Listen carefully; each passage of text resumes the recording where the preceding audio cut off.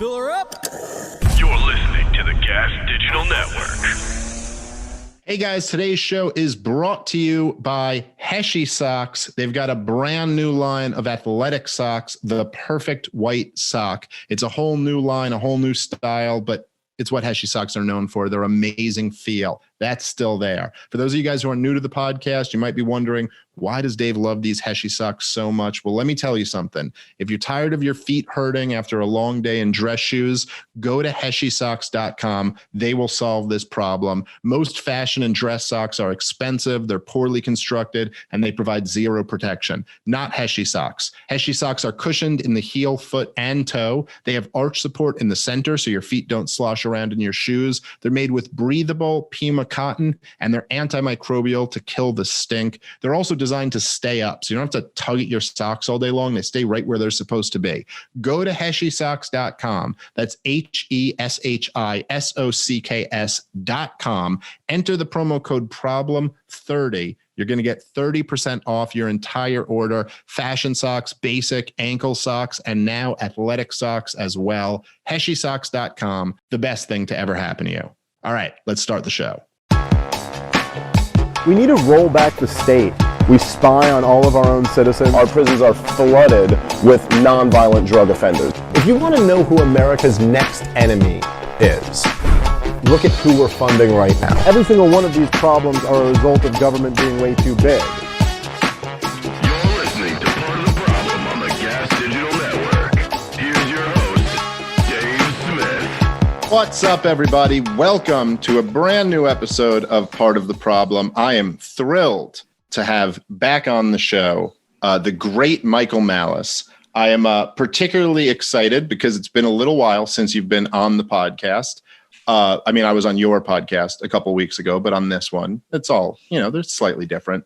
But what's really cool about this is that me and you have put out more content together through this whole crazy year than we ever have before, or probably than I ever have with anyone else, the exception of like Legion of Skanks. And this whole year has just been, a year that'll be written about for forever. I mean, in 10 years and 20 years and 30 years, there will be books written about 2020 and what the implications of that were. And now it feels like the year is kind of culminating with a presidential election that's coming up. And so there's a lot of stories going on that I was really interested to talk to you about. I was thinking just earlier today when I was thinking about what we would talk about on the show, I was remembering that back in 2016, you really predicted a lot of the success that Donald Trump had much more accurately than I did. I thought Donald Trump would fizzle and this was going to be a fun moment, but he wasn't going to be able to beat Hillary Clinton and all this. And you were the one who was really like, no. Hillary Clinton's going to have to stand on a debate stage with Donald Trump, and this is going to go very bad for her. And you were right. You were 100% right about it. I'm curious, with all of the crazy factors that a year ago, if we were predicting this presidential election, we couldn't have possibly imagined. What do you feel like right now? How do you think this election's going to go? Oh, God, I think it's much more up in the air because I think a lot of elements, nefarious elements, are really getting their ducks in a row to try to force an outcome. I think last time they kind of took a lot of things for granted. People, you and I point out all the time, if Hillary had campaigned in a few different states, it was not at all a given that Trump would win. I like how a lot of, people are like, oh, the popular vote doesn't matter. The popular vote correlates really strongly with presidential elections, and being able to get, 35 million she got to go to the polls and vote Pokemon go to the polls for her. That's not something to sneeze at, because if you can get tens of millions of people to vote for you, you can get tens of millions of people to do other things for you. And that is a huge amount of power that Hillary Clinton had. So people want to dismiss it, and that's really kind of very foolish on their part. I have no idea how things are going to shake out. I thought that last debate was crazy, as most people do. I was cheering it while it was happening. I think people saw two completely different things depending on where they're coming in from. I am just really glad. I think the story that's under the radar that I'm kind of tracking is, I've been a very big proponent on America breaking up. I wrote a piece about it in early 2016. It's happening faster than ever expected. What people aren't appreciating, which I think is going to be the next wave story, is if we lose the legitimacy of the Supreme Court, then it's kind of done. At that point, it becomes either divorce or war, or things get really, really bad, really, really, or really, really good, depending on your perspective, really quickly. But that's where I think we're headed. And Breyer's 83. Keep that in mind. Yeah. He has this superpower whoever forgets that he exists. I think you're absolutely right. And I because it's interesting because me and you philosophically are very aligned, but sometimes we have different takes on, current events and stuff. But I agree completely. I was saying this over the last week that I thought that debate was excellent. I think that all of the people who were, all these tweets I saw about, who lost the debate, the American people, that's who lost the debate. It's like this is the thing that drives me nuts about people who hate Donald Trump. I don't even care if you hate Donald Trump. Hate him. I hate Donald Trump. I think he should be tried for war crimes. I mean, I think he's been a terrible president in lots of ways, but so are all of them. He's the same. What I hate about him is what unites him with all the other presidents, not that he's different. And if you treat this debate as if this was the first time the American people lost, and if we could just get back to the substantive Barack Obama, Mitt Romney debates, which was really, a true battle of ideas, it's like, get the fuck out of here. These things it's one propagandist, another propagandist competing for power, lying through their teeth. That's what it always is. So let's have it be a shit show. Let's talk about those debates. Let's talk about those Romney-Obama debates. When Mitt Romney said that Russia is our biggest threat, Obama laughed at his face, and all the blue checks on Twitter and all the corporate press laughed in his face. Hey, the 80s called. They want their foreign policy back. 4 years later, Russia is not only our biggest foe, but is an existential threat to our democracy. Not one of those people who made that switch, who was like, Mitt Romney was right, or I was full of shit then and I'm full of shit now. They didn't bat a single eye. Mitt Romney was mocked widely because they're talking about hiring women. And he said, we had binders full of women, meaning binders full of women's resumes. That was the business colloquialism. Mm-hmm. And they laughed as if he had these dismembered women in these binders. They knew what he was talking about. This is clearly, if someone says it's raining cats and dogs, everyone has this kind of fake joke blindness they do. That like when you talk to someone from the other side, you act like you're an immigrant who's never heard an idiom. And it's like, this guy is so stupid. He thinks that when it rains, animals fall from the sky. Can you believe this more? Binders full of women. What does he mean by that? You know what he means by that. Everyone knows what he means by that. Yeah. So to have Trump be so aggressive, and if, of course, they want it in the Mitt Romney, Barack Obama way, because in the Mitt Romney, Barack Obama way, they have status. They get to define both sides, and they get to have total control of the discussion. In this context, they don't, because he's the wrecking ball. Yeah. Yeah, no, I think that's exactly right. And, the thing that's really noteworthy about what you were saying with the Mitt Romney-Obama debate is that it's not as if they didn't. It's complete NPC behavior. Like it's not that they really had an opinion on whether Russia was or wasn't an enemy. Right. It's not that they were really offended by the comment binders full of women. If roles were reversed and their guy was saying it, they'd have the opposite opinion. If Barack Obama said binders full of women and someone tried they would hold them up binders with their pussy hats. Yes. So it's just taking whatever excuse it is. It's a very, juvenile kind of like high school tactic. Like we're just going to get in a group and mock the person who's in the out group. Hashtag I'm in his binder.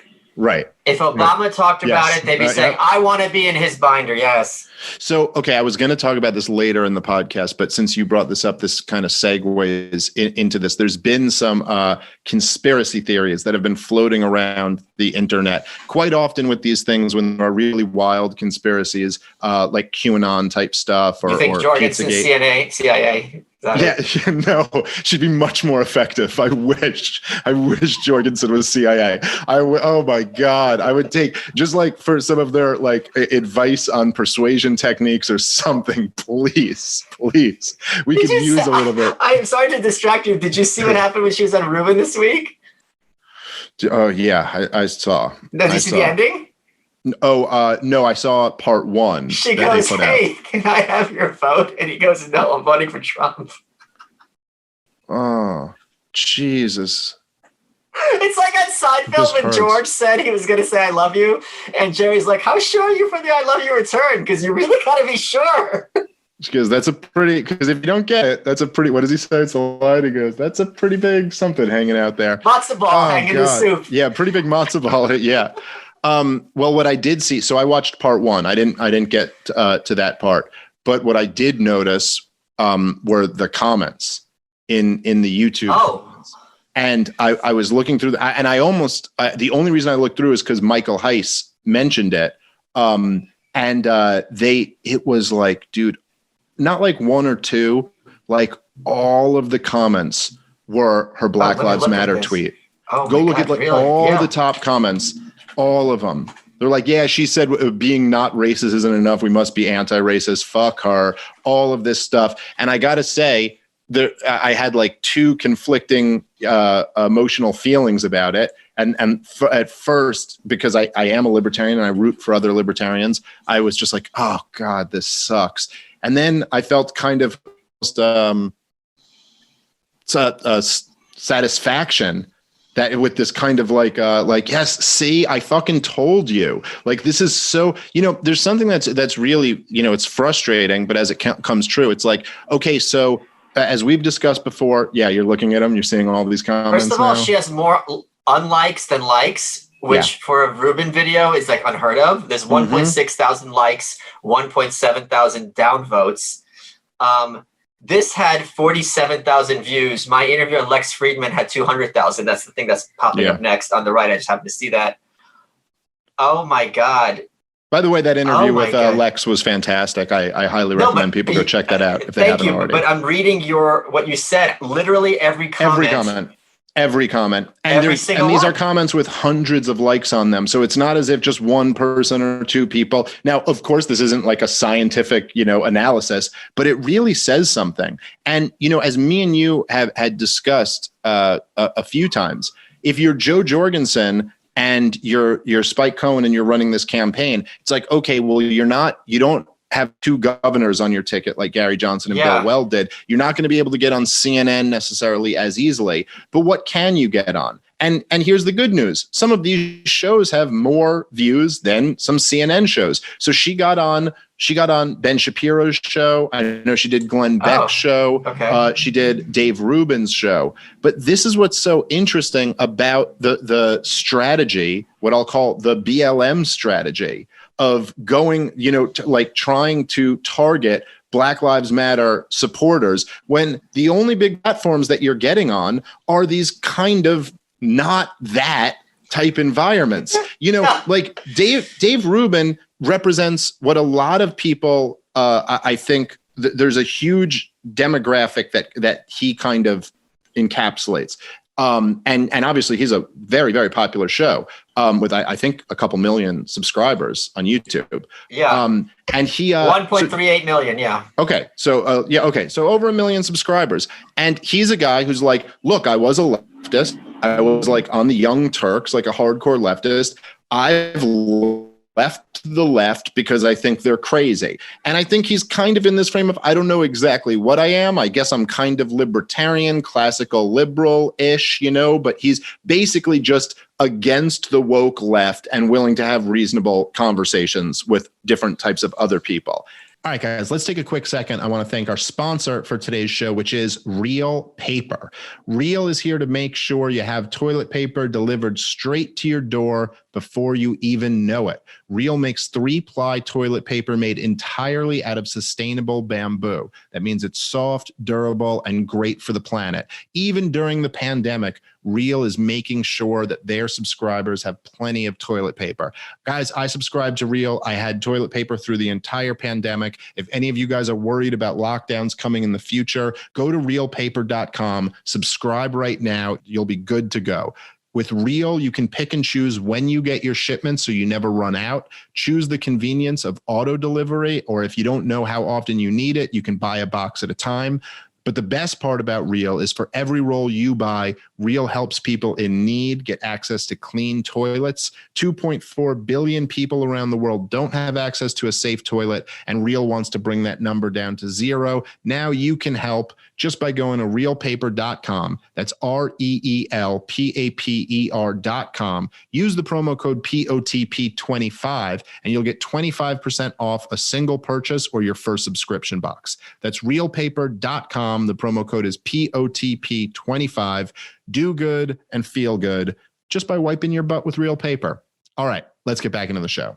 So this group now, which is, I think, in some ways represents Tim Pool also. So a guy who was kind of on the left, turned off by the craziness of the left. And so now there's this cushy group of people who would theoretically be really open to a libertarian message. Very much. And you said what is their kryptonite to them, which is, wink, wink, nod, nod, with the woke left.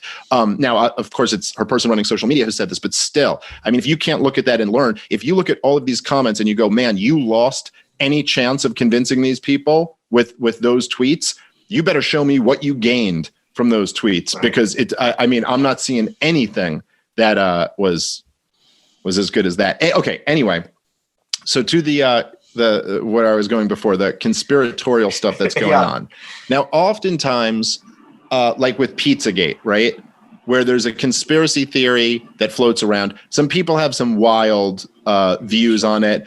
Sometimes it ends up not really coming out that that's exactly right. But then sometimes it comes out that you're like, there was some truth to that. There was some truth to this, even though maybe not every claim was true. We've learned that there's something to it. If we point out the unavoidable truth that there are some pages redacted from the 9/11 report, we're conspiracy theorists and truthers. Like, you can't reconcile those two things. Well, that's right. And if you had somebody who, when like 9/11 truth was really big and flaring, and you had someone who was like, okay, well, this was a controlled demolition and there was thermite in the blah, blah, blah, and Dick Cheney, did it himself and all, you could point to them and be like, well, all these wild claims were made, and they haven't been substantiated. However, if you were to, on September 12th, 2001, if I had told you that, as it turns out, the high-level Saudi officials were basically involved in 9/11, knew about it, and that the government is still to this day propping up the Saudi regime, and that we were funneling weapons and money into Al-Qaeda's hands and all of this stuff, this would be a huge conspiracy. And so maybe the most wild claims weren't exactly accurate, but there's some pretty wild shit in there. So one of the claims that was being made on the internet when Donald Trump was at Walter Reed was that Donald Trump was faking COVID to get to a secure location because mass arrests were about to be made in like the Russia Gate stuff. Now, this is all silly.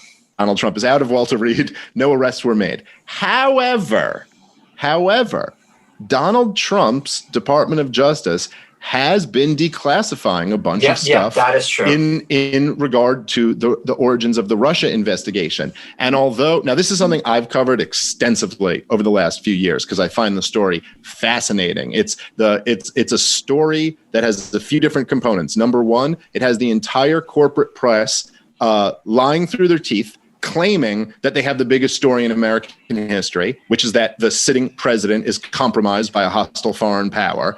But the actual story is an attempted deep state coup against, at first, a candidate for president. Well, that's not a coup, but first trying to take him down, and then an attempted coup against the sitting president of the United States.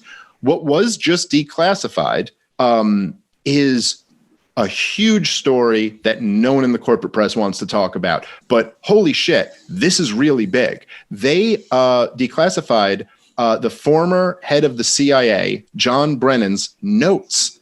By the way, his Twitter handle is John O'Brennan. If you go to johno'brennan.com, it goes to a Trump site because someone bought it. I guess someone doesn't have the central intelligence that he thinks he does. That is phenomenal.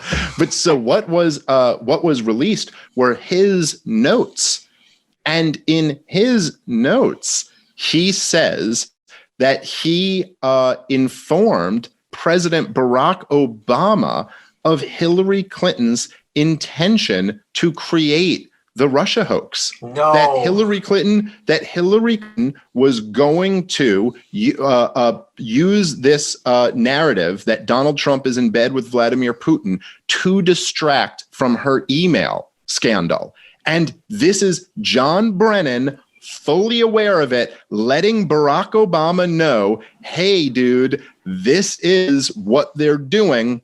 Just so you know, Mr. President, this is what's going on. So John Brennan, by the way, who has been in NBC, fucking whatever they call him, intelligence analyst, expert, has been talking about, he was saying up to a couple weeks before the Mueller investigation that he expected Donald Trump to be indicted and this, that, and the other. He knew from the very beginning that this was bullshit. And in addition to that, there's also been some documents declassified that indicate, at least, maybe this isn't known for sure, but that our intelligence community thought that Putin was aware of all of this and that he knew that they were starting this whole thing. And so basically that adds a whole nother element to it, where Putin was basically like, oh yeah, they're doing this. This is fucking hilarious. Like, absolutely. Let's run. Because if you think that Putin's goal is to undermine a US election, what could be better than everyone believing that he undermined the US election? Well, not having to do anything. Yeah, literally. So this is a huge scandal, and the corporate press just isn't even touching it. Even NBC, they've got this guy working for them. You'd think they would at least be like, let's ask him about this. I mean, hey, isn't that one of the benefits of the of having the former head of the CIA? Oh, there's a story involving you here. Let's ask you what happened here. Nope, nothing. Wow, I did not know any of this. Yeah, it's pretty phenomenal. Hold on, I had a quote here that I had pulled up. No, I can't find it. All right. Anyway, yeah. So I did think that was pretty interesting. And then Donald Trump tweeted. Now I don't know if this is true or not, but Donald Trump tweeted that that he has declassified everything. Yeah. Involving the origins of the Russia investigation. So perhaps this is an effort to get some of it out before the campaign to help him in his reelection bid. But it does kind of make you wonder why the hell Donald Trump didn't do this 2 years ago. Yeah, or also why the Republicans aren't champing at the bit to prosecute. Yeah, it's pretty unbelievable. I mean, Donald Trump has said things in recent campaign speeches. He said something alluding to this at the debate where he's like, we got them all. We caught them all. We got them red-handed. And you're like, okay. Okay.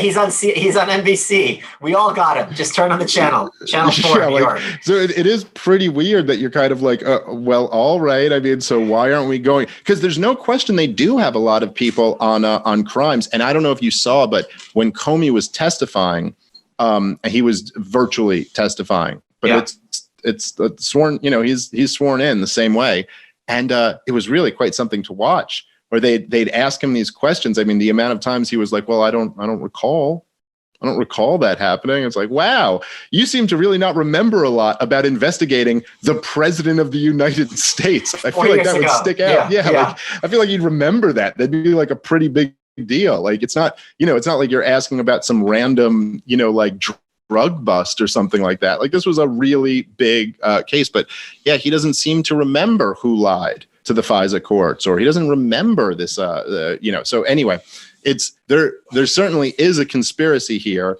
I'd imagine that Donald Trump would want to get some of this stuff out before the re-election, but we'll see. We'll see what happens. I really, really, really hope that the P tape is real and that we get to see it. Like, that would be like that's for me. Like, I don't want, I'd like them to go to jail. I'm not saying I'm going to hope for that, because I think the chance of that happening is like close to impossible, because of how it works. But it's not impossible if there's a P tape. So let's have that tape. Yeah. Listen, it would be pretty funny if that was the only accurate thing in the Steele dossier. It's like, he's like, no, I wasn't in bed with Russia, but did I piss on some Russian hookers? I mean, I don't know. You're in Moscow. What are you going to do? Not piss on hookers? Not piss on the hookers? Come on. And it's pretty funny. Like that's really almost something where the state of America, the culture of America has changed, is that you could just see so many times throughout American history, if someone were to suggest that, you'd be like, the president of the United States would not piss on hookers. But when it's Trump, you go, well, he wasn't the candidate.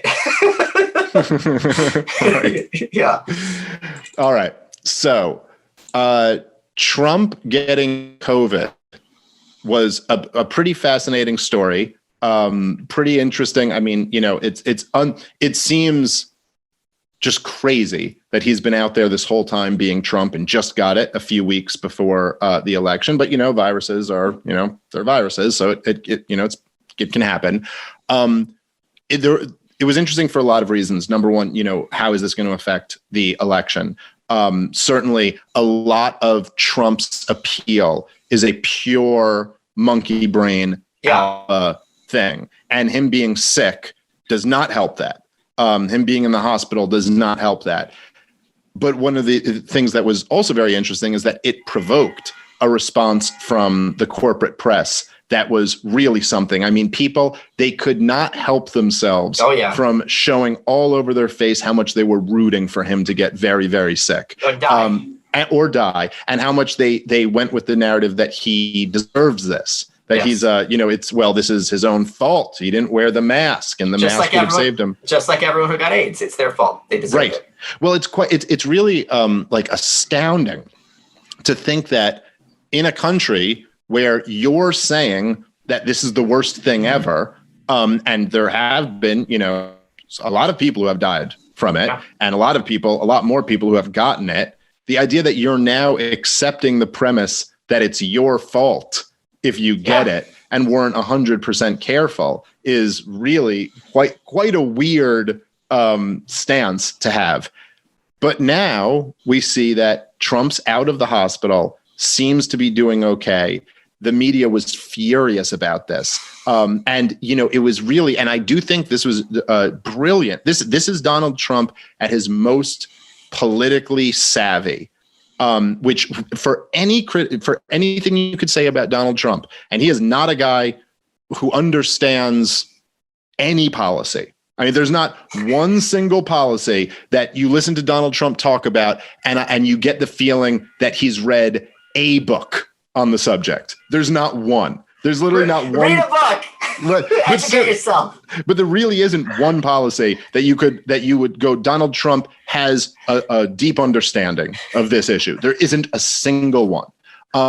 But his instincts for politics are brilliant. He's got brilliant instincts. Here was Donald Trump. And you've talked about this a lot. Before you go on, this reminds me of my favorite joke of yours. Mm-hmm. Which is when you talk about Trump on the campaign trail and how he's different than a politician, and how he's different is he'll go on for 10 minutes about China, and then he says, what else? But it talk about abortion. All right, abortion. Here's 10 minutes. But that really was Trump. It's every politician is so scripted, and Donald Trump just goes up with this like stream of conscious, is just like, like cracks his knuckles. And then there's something about his supreme self-confidence. Like he just believes he will figure this out, but he does have a real knack and like a genius streak for how to troll and how to get a reaction from people where he will come out on top. Where Did you see what he said after he came out of the hospital? Yes. He tweeted at Pelosi. Is this the one you're talking about? No, that was hilarious. Okay, but we'll get to that in a second. But the one that I thought was brilliant, not hilarious, but brilliant, was when he said, and the exact quote. Hold on, let me pull it up so I don't. I literally want to have the exact quote of what he said. Make sure you yell when he's using exclamation points and capital letters. I don't think this one was exclamation points, but I just thought it was a very, very okay. So he said, and I quote, "Don't be afraid of COVID. Don't let it dominate your life." Yeah. This was genius because he told you, don't let fear dominate your life. And he knew the media would respond that this is reckless, this is insane, how can he say that? Oh, nice for you to say that. And then you zoom back and you go, the man said, don't let fear dominate your life. And you're taking the opposition. Yeah. You're taking the position of make sure fear dominates your life. What a crazy series of events. All right, guys, let's take a quick second. I want to thank our sponsor for today's show, which is Target of Opportunity, the U.S. Navy SEALs, and the murder of Jennifer Evans. This is a devastating documentary exploring the 1995 murder of a young tourist in Virginia Beach. After an 8-day search for her body, 2 Navy SEAL trainees were arrested for abduction and murder. Their accounts of how the crime occurred could not be more different. Prosecutors convicted Dustin Turner and Billy Joe Brown in separate trials using 2 different versions of how the crime occurred. Is that even legal? What does the evidence actually tell us? Who's telling the truth? And does it even really matter? Retired Navy chief turned documentary filmmaker and anarcho-capitalist J.D. Leet knows the Navy special warfare world well, having worked in it for most of his 20-plus year career in the Navy. He turns his camera and his acute investigative skills around on his own community, the justice system, and the exploitive media of the mid-1990s in a mind-bending journey through an extraordinary tale of sex, murder, loyalty, and betrayal. Leet asks a few simple questions. What actually happened? If 2 Navy SEALs wanted to abduct somebody, is this how they would do it? Has one of them been telling the truth since the day he took police to the body on June 27th, 95? Why did prosecutors and media pursue a conviction that the evidence did not support? The film is unbelievable. You have to check it out. It's really compelling. It's available on Amazon Prime for free, or you can get it on iTunes. You can also go to www.neargeniusfilms.com to purchase it directly. Target of Opportunity, the U.S. Navy SEALs, and the murder of Jennifer Evans. You have to check it out. Let's get back into the show. I just retweeted a headline. This was yesterday from Business Insider, March 5th. We forget how malevolent these people are. Business Insider headline, March 5th. As the coronavirus spreads, one study predicts that even the best case scenario is 15 million dead and 2.4 trillion hit to global GDP. As of this current count, it is 1 million dead worldwide, no laughing matter. But if the best case scenario is 15, and what we have now, which I don't think is even close to best case, is probably average, is 1, you are how many orders of magnitude away? You're horrible, horrible people. Yes. And you know what? You could... It would be perhaps forgivable if you acknowledged how wrong you are. What we got wrong about COVID. There's the headline. And but why? Then not only do you not acknowledge how wrong you are, but you continue to attack anybody who points out how wrong you are or suggests taking another course of action. This has been one of the things that's really eye-opening, and I think for a lot of people through the whole COVID lockdown insanity, is that, okay, so I remember, around the time, so like Sweden, who never locked down, never had mask mandates, never had any type of social distancing mandates. I mean, the government, they put some limitations, I think, on like huge events. Like the government wasn't allowing stadiums to be filled up. But aside from that, basically nothing. The government basically stayed out of it. And at first, there weren't that many deaths. And then they started having some deaths from COVID. And when they got to around like 3,000-4,000 deaths, the predictions were, if they don't lock down, they're going to be at 100,000 deaths. This is going to be a nightmare. There's going to be dead bodies all over the place in Sweden. Sweden never locked down. They right now have less than 6,000 deaths in a country of 10 million people. I think, by the way, on a recent podcast, I said Sweden had 20 million people. I was wrong about that. It's a country, they got about 10 million people. They've got about 6,000 deaths. Their death rate is lower than America. It's lower than England. It's lower than Spain. It's, it's higher than some other countries, but like it's in the range. And they have like no new cases, which seems to indicate some type of herd immunity. Yeah. They have very, very low new cases. And now all the World Health Organization, all these other, they're like, hey, the Sweden strategy worked. And it worked without destroying the country. Now, if you're going to justify lockdowns, the amount of carnage that comes from them, Sweden should be much, much worse, not slightly worse off than us or slightly better off. They should be, much, much, much worse off than us. And they're not. And okay, but at least admit, hey, it looks like this lockdown strategy was wrong and unnecessary. I wish you Bernie people would shut up for 5 minutes about how we should be more like Sweden. Turns out they were onto something. You know what? Sweden's been pretty good at destroying themselves in the past, so maybe this is like a wash.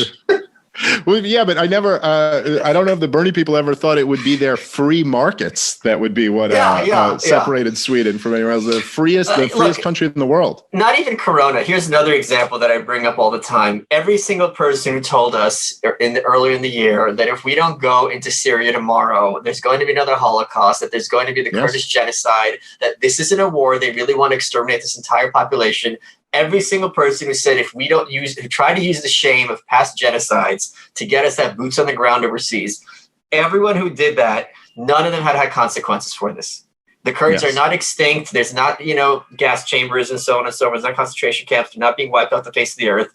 We were lied to and shamed and manipulated. And thank God Trump stood up. Yeah, we're not doing this. And I thank God he hadn't read a book. Where he's just that's right. If maybe he read a book, he'd look at it more nuanced, and he's more like, "Nah, we're not doing this." So you're right. He could have read the wrong book. Could have read Bill Kristol's book. I mean, there's, it's possible that could have been worse. Now, he did back down from pulling the last few troops out of there, but you're right.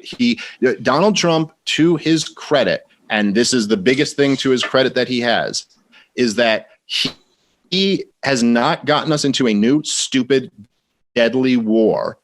And Bush and Obama got us into a bunch, and he has really had opportunity opportunity where a lot of forces around him were really pushing him into war, particularly not North Korea so much, because I don't think that was ever really on the table. There's a reason why Bush and Obama didn't get us into a war with North Korea. We don't really go to war with nuclear armed countries. That's the fucking truth. Say whatever you want to. If you're going to go take out that country, they've got nukes. You might be looking at a nuclear. And they've got China behind them. So we don't really want our asses kicked. Yeah, exactly. But in Venezuela and in Iran, there were a lot of people who were pushing Donald Trump to actually go to war. And he flirted with both of them, but ultimately pulled back from them. So he should get credit for that.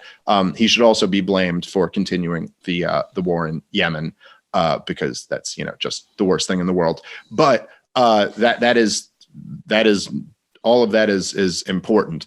Now, the other thing that's really, and it goes right to the point of what we've been talking about with the stuff with Mitt Romney, Barack Obama. If roles were reversed, they would just take the opposite position.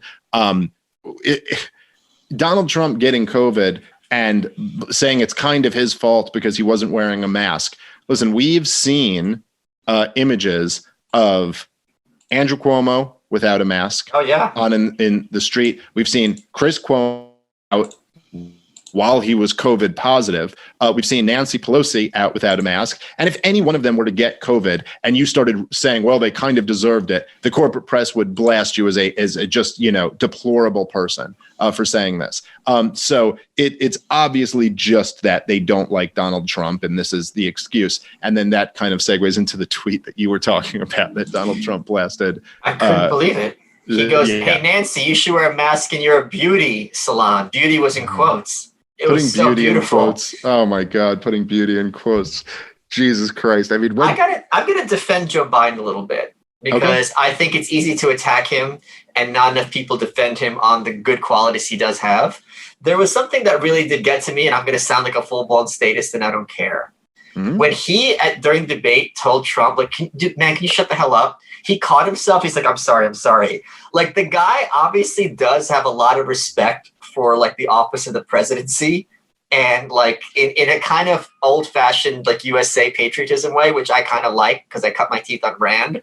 So when you saw that, you could at least have some schadenfreude that it really hurts him on a physical level that this man who's dedicated his entire career to being a senator, decades, I mean, he's elected at age, 30 in 1972, that he sees this person in the Oval Office farting behind the same desk Obama sat behind, and he really doesn't know how to wrap his head around it. Yeah, they said when I remember Rothbard wrote about this, but they said that McCarthy, when he got censured in the Senate, it just broke him. Like, it just broke him as a person. He had so much respect for the Senate. Yeah. Like, there's some of these people like really believe in the like nobility or the dignity of the office and things like this, and it really does drive them crazy to see somebody like that. I hate cynicism. I think it's the enemy. I think it's very insidious. So I will always have like a soft spot in my heart for people who really see like when I had Miss America Kirsten Hagelin on my show. Like, it's Miss America. Like, as an immigrant, this is like, oh my God, you're like a superhero. Like, it's not that big a deal. On the other hand, it really is a big deal. So yeah, like, we know presidents are genocidal warmongers. We get it. But there is some sense of history to that seat. There is something there that maybe this is my Hamiltonianism coming out. But there's a lot of good things that have come out of that seat to some extent. At the very least, a sense of inspiration and a sense of like, all right, like aspiration. So it was just funny to see Biden like beside himself and not knowing what to do. When it's like if Miss America slaps you in the face, it's like, what do I do? It's Miss America. Well, there's something about that that's, so. You know what it is? I'm sorry. I just gotta get this right. What it was. Have you watched the show The Boys? No. It's a show about superheroes, but they're all corporate superheroes. So in public, they're really great, but in private, they're like rapists and like killing criminals and getting off on it. And like Highlander is like the Aryan Superman. And meanwhile, he's like just a homicidal sociopath. So that's what it's like. It's like learning like Highlander, like Superman is really like a rapist. It's just like, I don't know what to do with this information. You're Superman. Right. But it is interesting to still have like to find, because all of us have like, even anarchists like ourselves have a little vestige of like even what you just expressed as like a almost sympathy for Joe Biden, having this respect for the office. And I'll say, like Rothbard, again, later in his life, he wrote this great piece called Nations by Consent. And he was talking about nationalism and the idea of nations and how most, the modern concept of nation is intertwined with the nation state, but that it doesn't need to be that way. And there is this kind, like, you can love your country and be an anarchist. I can love like great things about America, great things about the people here, the traditions, the customs, the art, like all types of different things that have nothing to do with the government.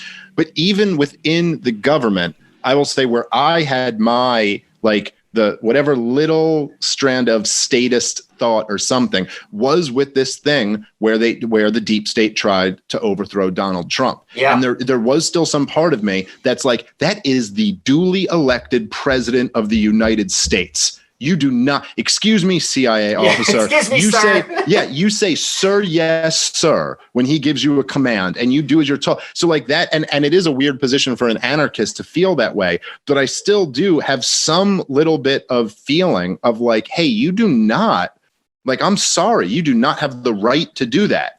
That is the president. You can't, so which, it is to some degree in conflict with anarchy. But. Like this also happened, like Camille Paglia, who's greatest of all time, she always talks about how much she loves the Catholic Church and its sense of reverence. And it totally got to me. I went to my friend's wedding a couple of years ago, and it was a Catholic ceremony. He's kind of a very traditionalist Catholic. And when you heard the speech, and the ceremony, and realizing, some random guy in the countryside of England 800 years ago was hearing these exact words in that little church in that little town, and it's resonating through millennia, and it's the same kind of invocation. When you kind of get sucked into that, it's just like, this is something that does, it's not that part's not the monkey part of the brain, it's some other part of the brain where it just is this sense of reverence and kind of holiness, and the state leverages this very, very well. And I don't know if it's like consciously we realize we're getting taken in, but on another level, it's just like, I don't know that I hate that I'm getting taken in, because there is something, history, there's just a sense of history and profundity to it. Yeah, it's what kind of binds us together. And I've had that thought at church, at temple before too, even as somebody who's not particularly religious. Like I and I'm more than I used to be, although I wouldn't describe myself as religious.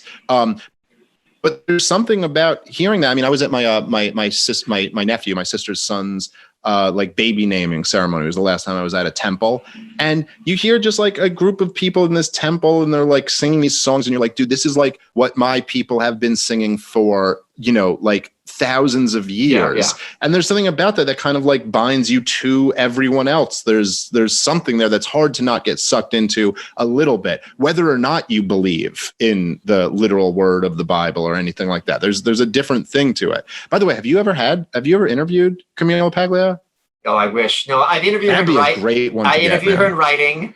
Oh, you did? And she was really impressed with my questions. She's my number one get, but I just emailed her recently, and the guy who runs her email says she doesn't do podcasts. Yeah, she very rarely does stuff. And he basically said he's not going to get my email to her either.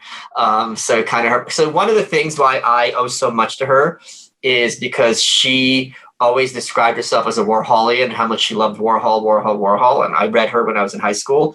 And recently I got some things from Candy Darling's estate. Candy Darling was one of Warhol's people.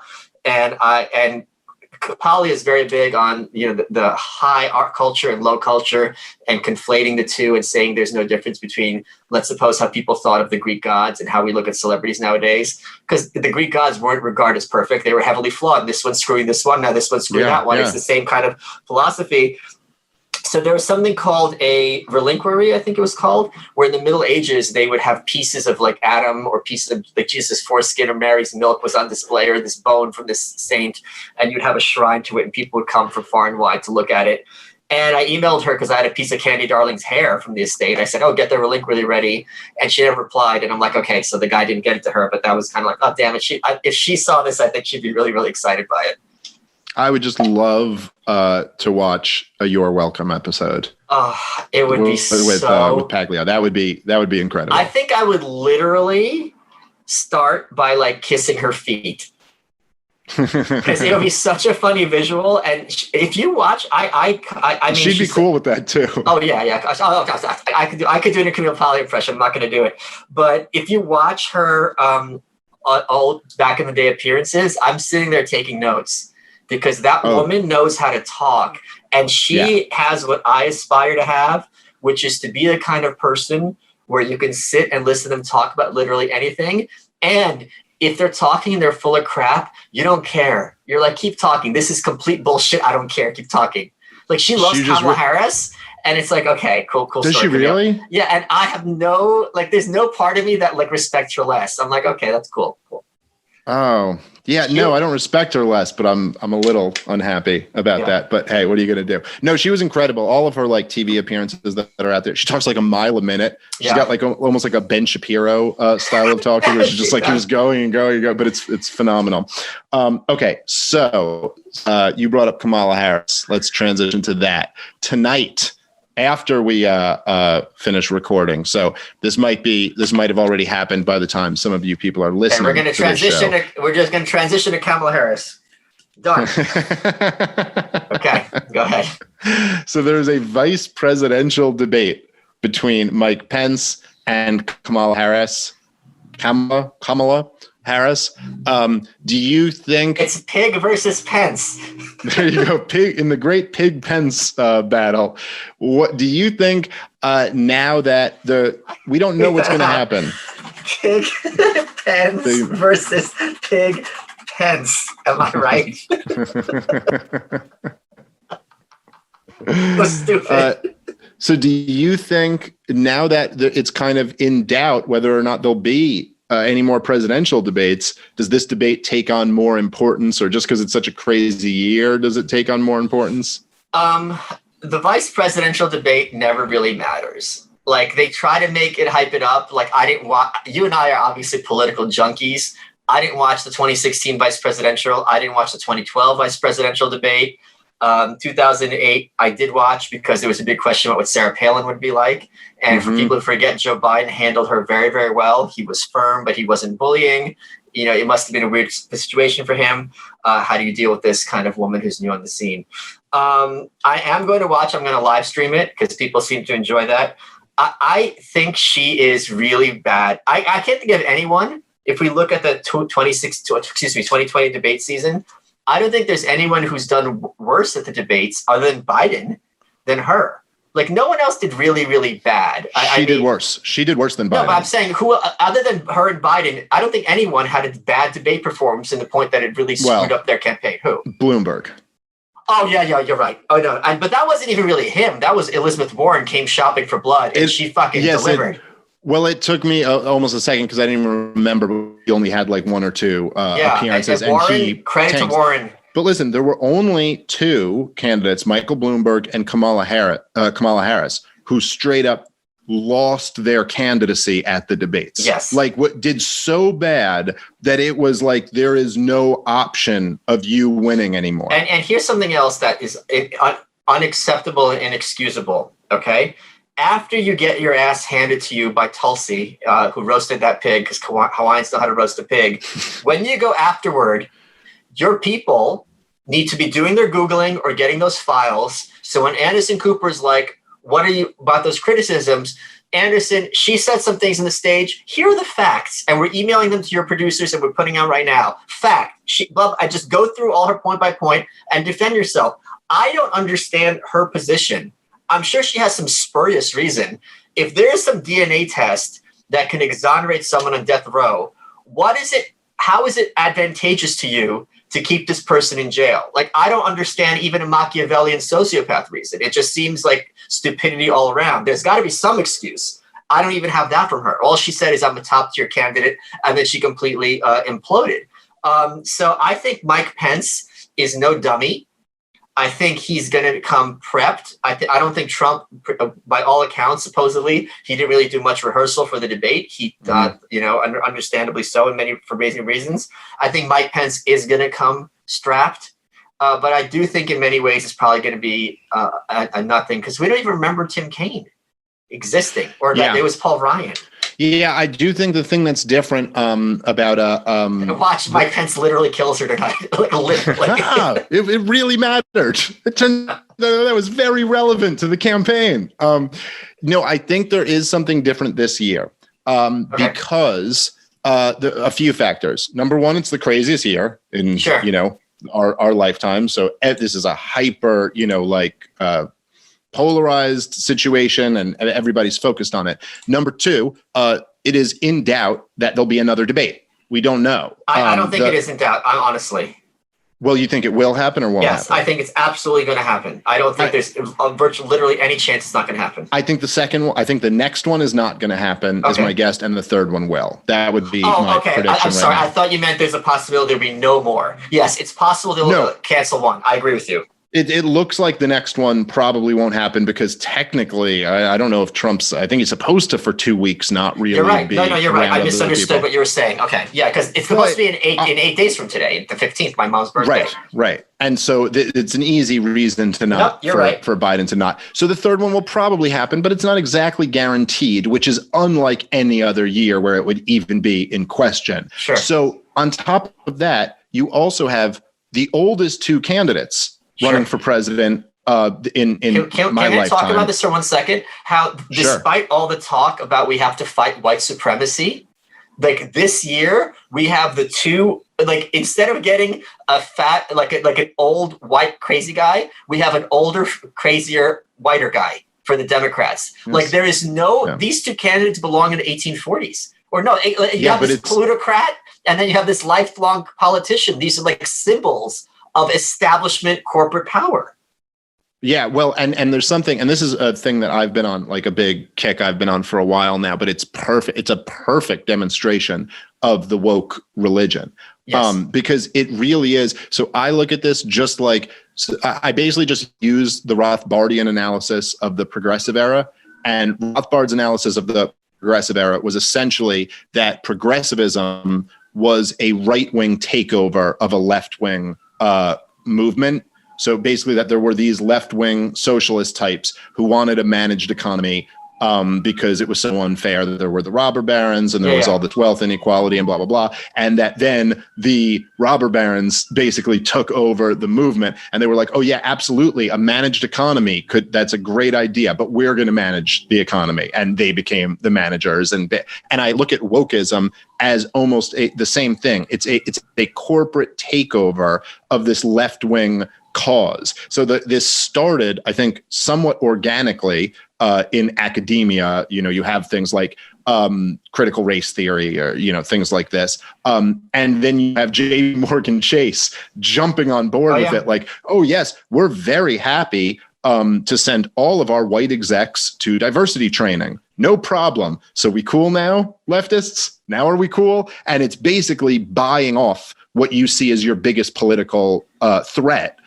Which if you're a big bank, it's smart. If you're a billionaire, it's smart to think of the left as being your biggest political threat. As much as me and you might want anarchists to be there. But, there's not really that many private property anarchists in the world. And if you look throughout the, say, 20th century, you're not going to see a lot of examples of like libertarians taking over and dismantling the managerial state. But you have seen some examples of leftists dragging you through the streets, literally taking all your shit. And this is why all those people who love wokeism hated Bernie Sanders. This guy they saw as like a threat. Like if you're a big corporation and someone's all about like intersectionality, you're like, yeah, okay. We could have some sensitivity training. Yeah, like sure, no problem. But if someone's like, I'm against profits, you're like, ugh, profits are kind of our jam. Or breaking up the banks. Yeah, like, ooh, that's not really what we're not trying to talk about economic populism. Then people aren't going to be too happy with JP Morgan Chase. So they're all about this, but of course it's always this thing where it's symbolic. You're not really giving over any wealth, you're not really giving over any power. And so of course someone like Joe Biden is like, I'm going to pick a black woman as vice president, which just leads to the question, but why not as president? Like, why shouldn't you just step down? Yeah. Like, we've had not that long ago. What, women? A black president, not a black president. Well, we had a black president, and last time they had a female nominee. So why, if this is so important and such a value, why? But of course, it's because it's all tokenism. It's not, none of it. It's simply a gesture, with nothing to back it up. So Kamala Harris is now there. Like, well, look, we've got this, and she can debate Mike Pence. But I do think the age of the candidates. And I just say one more thing. I think it's very, very interesting. Something that they will talk about in other contexts, but not in corporate context, because it gets messy when you're applying to real life, is people will say very fairly that Black and African American are not synonyms. And the African American experience is not the same as the Caribbean American experience. It's not the same experience as people who are native to Africa or someone who's Black and in Europe. These are very, even in America, Northern Blacks versus Southern Blacks. These are very, very different experiences. So Kamala Harris is the daughter of a Jamaican. Barack Obama is the son of an African. They're not part of the what's his name? Don Lemon, got into with April Ryan on CNN not that long ago. He's like, look, her family never had to deal with slavery. They didn't have to deal with Jim Crow. And you can look at this clip on YouTube. April Ryan goes, well, what about Ted Cruz? And Don Lemon goes, we're not talking about Ted Cruz. I like how in her mind, Ted Cruz claimed to have come from slaves. He's like, we're talking about Kamala Harris. She's not African American. So in other contexts, in Black studies, and there's an enormous interest in the fact that these experiences are different, that there's some similarities, where when it comes to this, we got a Black person, they can't check, done. Yeah. Let's everyone go home. Yeah. Well, it was always, to me, it was really fascinating with Obama. And not just the fact that his father was Kenyan, but the fact that his mother was some white lady from Kansas. And you're kind of like, well, how does it, when we were just saying first Black president, does this not come into, by the way, his father wasn't present in his life. Yeah, like, he was raised by white people. Yeah. Yes. I understand he's got, just like Colin Kaepernick. Right. Yes. Now I understand it, by the way, that's a different experience, I'm sure, growing up with a white mother and having Black skin or whatever, but to just say the first Black president, like, he is half white and was raised by white people. It seems he wasn't even raised in this country. He was raised in Hawaii. He was in Indonesia. He grew up in Indonesia. I thought it was Saudi Arabia. No, it's am I remembering no, this but wrong? the point is, and I say this as an immigrant, someone who cuts their teeth overseas, he's in a much better position to talk about being our first immigrant president, about what it's like leaving America. You're raised overseas. You come back here. You are going to have a different perspective. Absolutely. And you're going to see things that people in America just take for granted. And there's a lot that he could have said on that. But it's just like, no, I'm a black dude. It's like, you're not rerun. Yeah. No, it's funny that a lot of the more like kind of mindless establishment progressives almost run off of this one drop rule. Right. And they just go like, oh, one drop, you're that thing now. And it's like, this is kind of mirrors what the people you supposedly hate, how they saw things.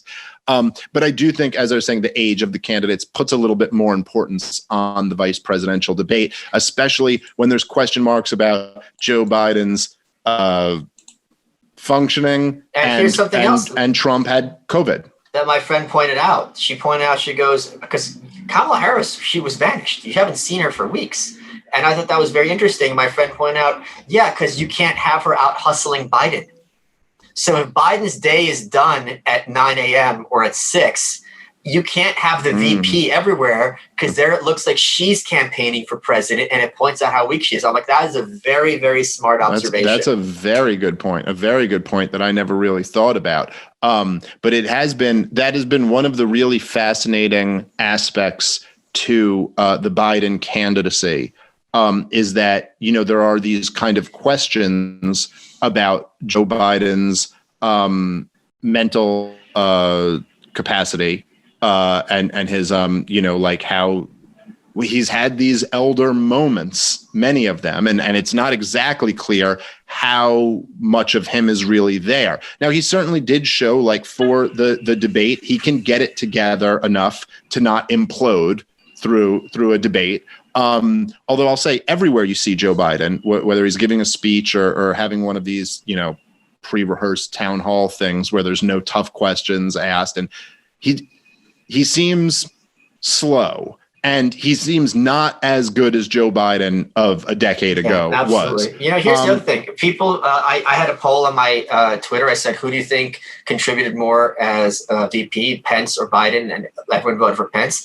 And I thought it was clearly Biden, because when Obamacare was trying to be put through and they couldn't lose a single vote, he was working those phones to all of his senator buddies and being like, we got to make this happen. This is once in a lifetime. What is it going to take? And he did that behind the scenes. Obama didn't have those connections. He was in the Senate for 2 years before he was campaigning for president already.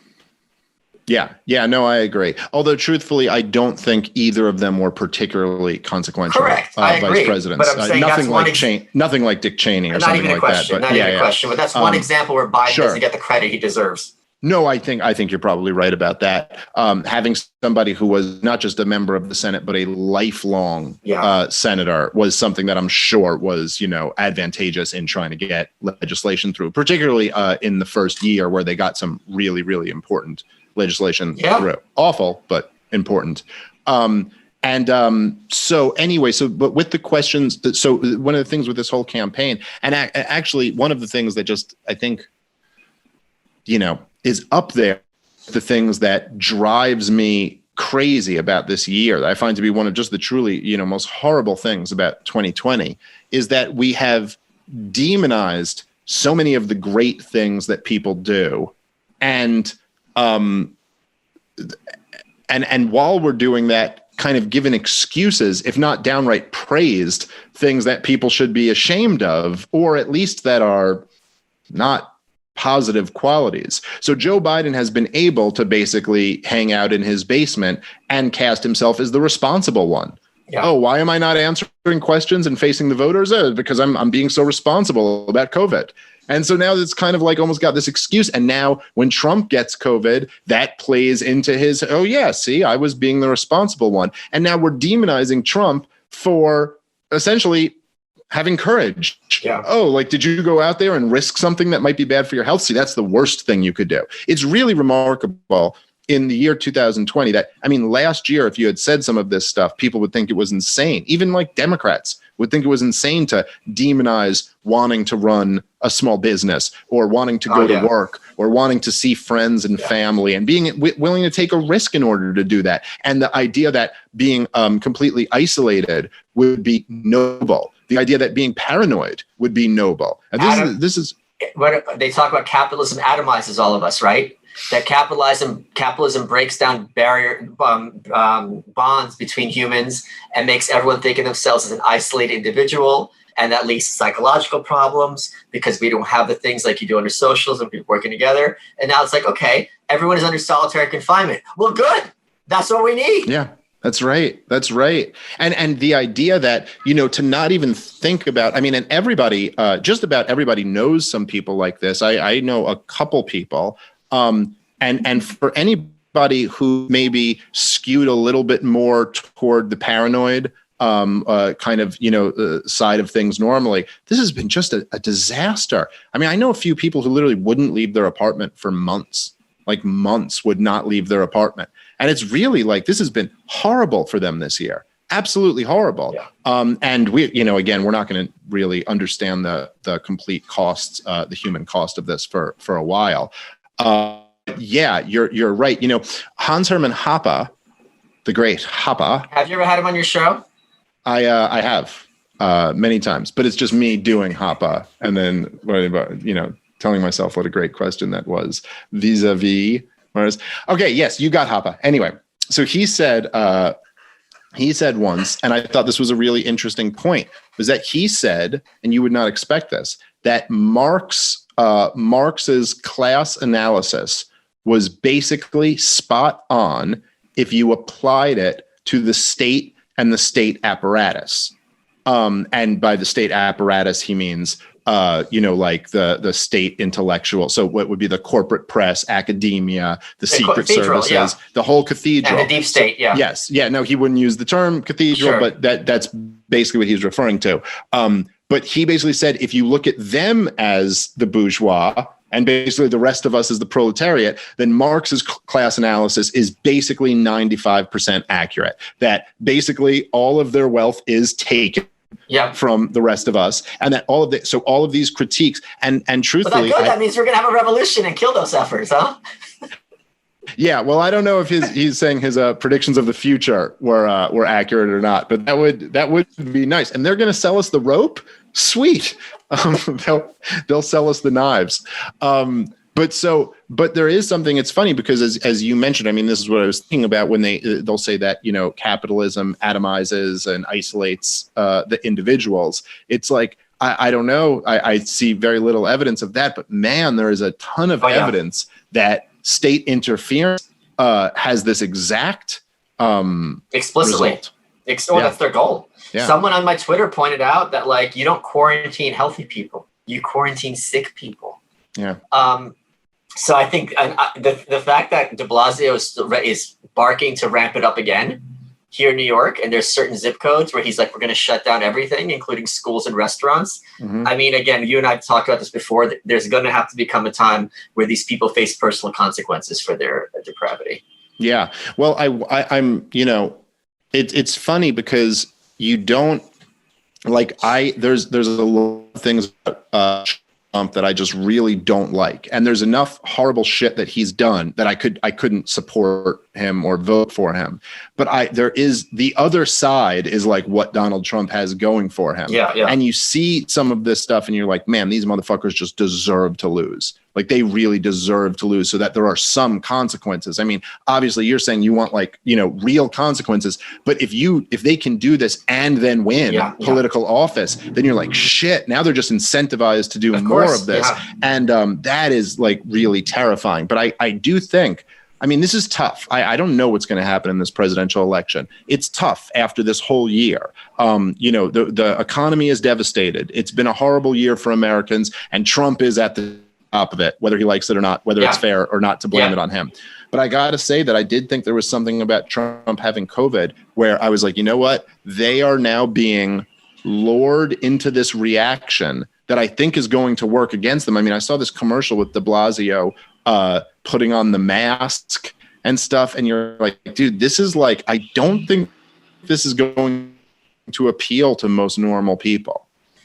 Maybe I'm wrong. I no longer have a good understanding of what normal people think, because I am genuinely surprised by how complicit and docile this country was with all this stuff. Yeah. Oh, it's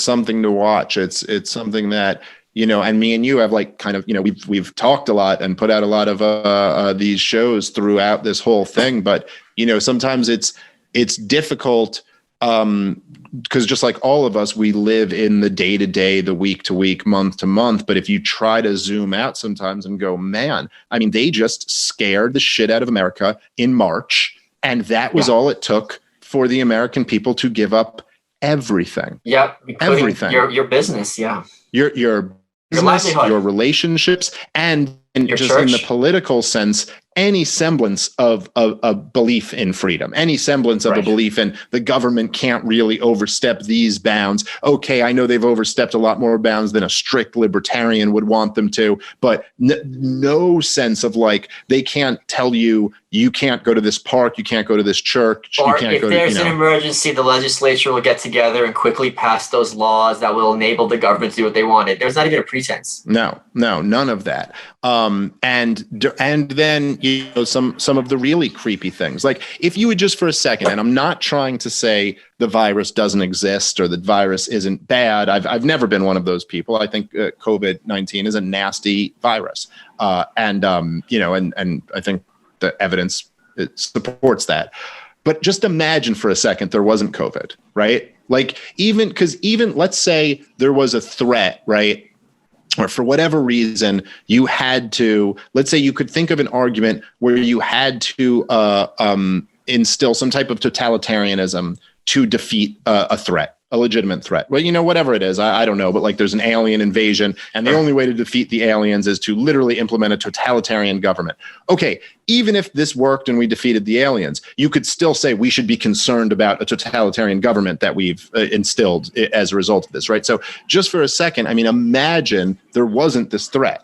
Imagine there wasn't COVID. And you're like, okay, the government got people literally self-isolating, watching TV to see what they're allowed to do, wearing masks when they go out because they're afraid of germs. And de Blasio even instituted a fucking text messaging service to snitch on your fellow New Yorkers who aren't keeping 6 feet apart from other human beings. I mean, think about what a mind fuck this whole thing is. It's pretty creepy.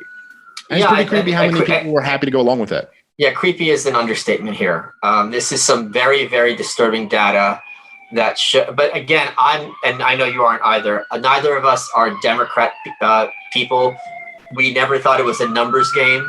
I do when people tell me that their way to spread liberty is to convince a majority of people to be for liberty, I'm like, yeah, no wonder you think it's a lost cause. That's not the path. If you think your path to liberty is based on people voting in freedom, you're fucked. That's never going to happen. And that's not my approach to liberty, but it is disheartening to see how many people are just kind of shrugging. But I guess that's not surprised because look how long for decades so many people handed over their children to the government.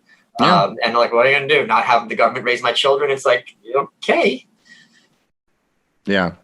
Who is it? I saw someone tweeted something to the effect, they go, to be a conservative in America is to hand your children off to your enemies to raise and educate them, and then write a article for National Review saying you don't understand why we're losing the culture war. Oh my God. It was a great tweet. I can't remember, but it was just like, yep, that is literally it. That is literally the state of conservatism in America. Yes, I don't know what's going on. Why do we keep losing this thing? I'm shocked. Yeah. I can't believe these kids don't respect capitalism or whatever. Well, maybe if we had the Pledge of Allegiance. Yeah. Do you find yourself, and I know you don't vote, I'm not going to vote in this presidential election either. I'm not like a big voter. I don't like have a strong feeling one way or the other on it. It's like if someone inspires me to vote for them, I might, but I'm not going to in this election. Do you find yourself rooting for Trump to win? I find myself rooting for, here's why I'm going to say honestly no, because I'm rooting for this country to break up. And there's two paths to that. And I don't know which path is more likely, and they both lead through the two candidates. And that path is based on the Supreme Court losing legitimacy. So if Trump gets in Amy Coney Barrett, and you got that, then Biden comes in and he starts packing the court, we're really moving that. There's that nuclear clock, which is like how many minutes we are until midnight. Midnight's nuclear war, the end of the world. They always move it like very close. And now they've been doing it so much, it's like down to like, well, we can't move it a minute. Let's move it like 30 seconds at a time. So that is a very strong path toward America dissolving when they start packing the court, possibly. If Trump wins, the court's what I care about at this point. You could see him putting in more people in the Supreme Court, the Democrats having huge majorities in Congress, and it becomes a complete shit show in that regard also. So I don't know who I'm rooting for. I'm rooting for us to kind of have a divorce. Yeah, I agree. I think that. And one more thing. Just to finish my thought. I also am rooting for these protests to be put down and for people to be secure in their homes and in their businesses. And I got to tell you, it seems to me it would be a lot easier for Biden to do this for Trump. Because if Biden sends in the tanks, they'd be applauding him immediately. And they're saying, we finally have a grown-up. He's historically been one of these law and order types. I don't think he has much sympathy for these people at all.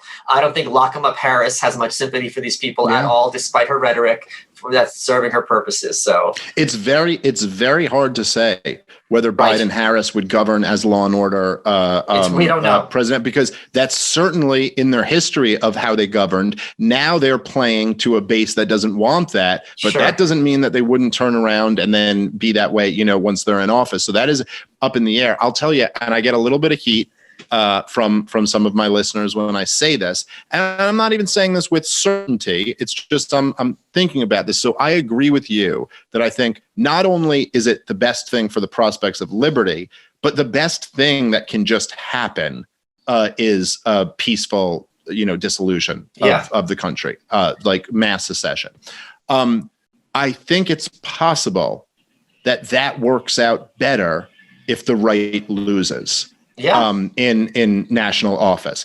I think that one of the things that's been kind of eye-opening over this the last few months is that the left losing on the national level, I do not think is going to result in peaceful secession.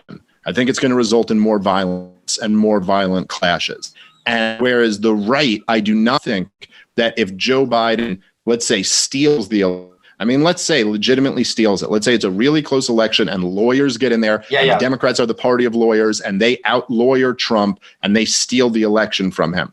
Right-wingers are not going to be violently protesting in the street, smashing up businesses. They're not. But what they might do is stop respecting federal mandates. What you might do if Biden steals the election and packs the Supreme Court is you might see more very red rural areas just saying, as Jeff Dice mentioned recently, just saying like, we're just going to have prayer in public school. Yeah. What are you going to do? What are you going to do? It's not going to send. You're going to send in troops.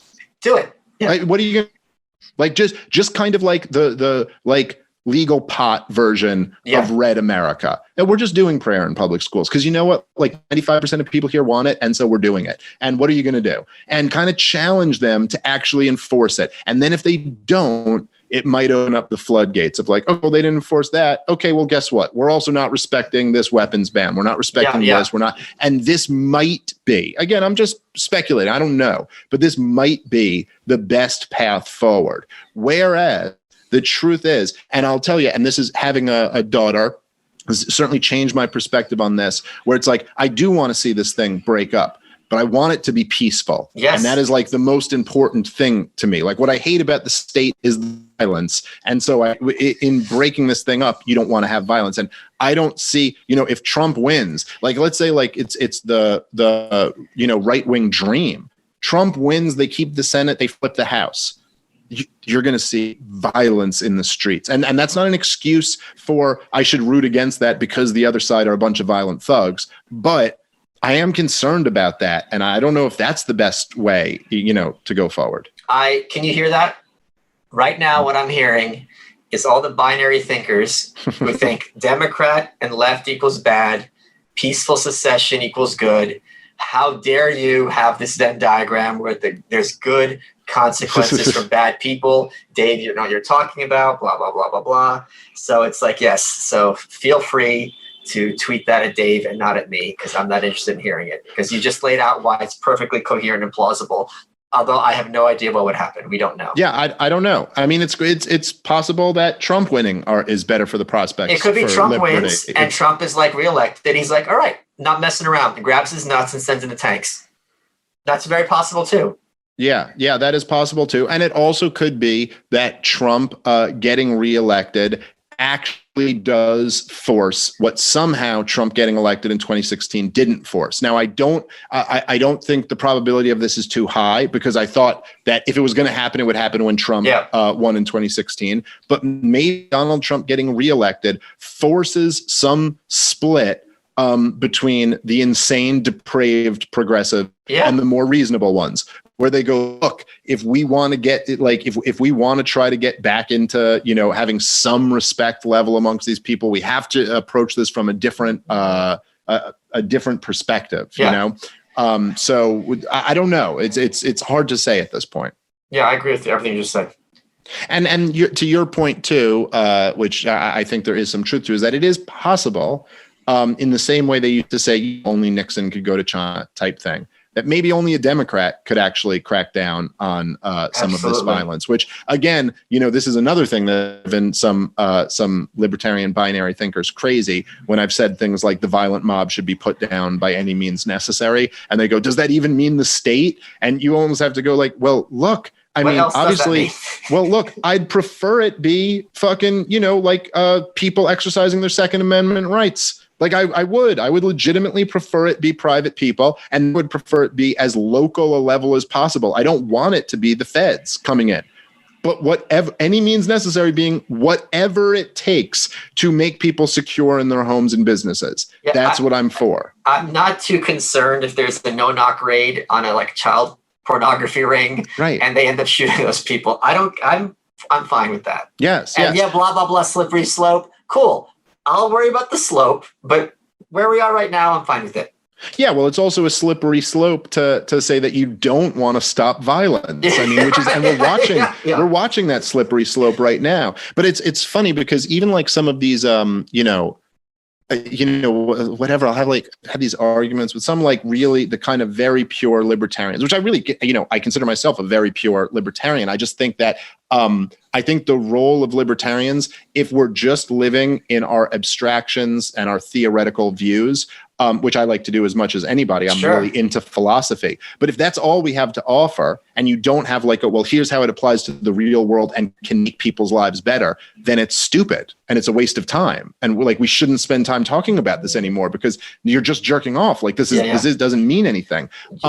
But when you get to the real world and how you can apply this, some of these pure libertarians lose their shit because they really like being pure. So even like if I'll say something like, hey, I don't believe in open borders under current conditions because I just don't think the borders are the first thing you should abolish. Right. I think that would be a disaster. If you kept everything else we had right now and just abolished borders, I mean, just holy shit, it would be horrible. Like what would happen, right? And they'll be like, so you're a bordertarian or something like that. And I'm like, okay, well, I'm bored, that's for sure. I'm talking to you. Yeah, right. Well, I said to one of them once, I go like, okay, so I don't believe in public roads, right? Like, I don't believe the government should own roads. I think they should all be privatized. But as long as the government does own roads, like I'm okay with like stop signs and traffic lights and things like that. Does this make me a roaditarian? Because I don't want the first thing abolished to be like the stop sign in a busy intersection. Like, no, it's like you have to have a practical application for these things. And truthfully speaking, if